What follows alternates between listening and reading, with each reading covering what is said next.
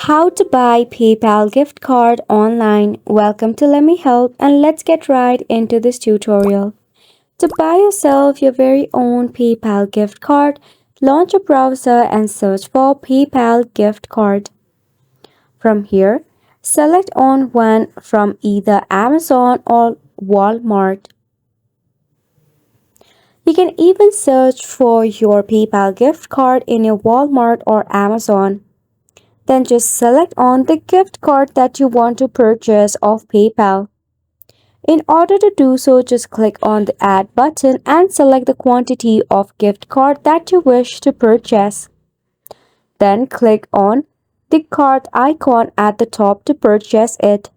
Select the delivery option and select the items that you want to purchase.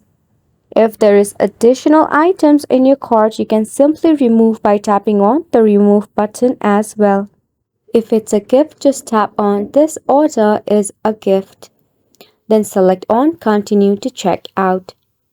The last remaining step is to fulfill your payment method or the payment procedure. If you select on credit or debit card, you will have to enter the card number, CVV, expiration date, and the card holder name.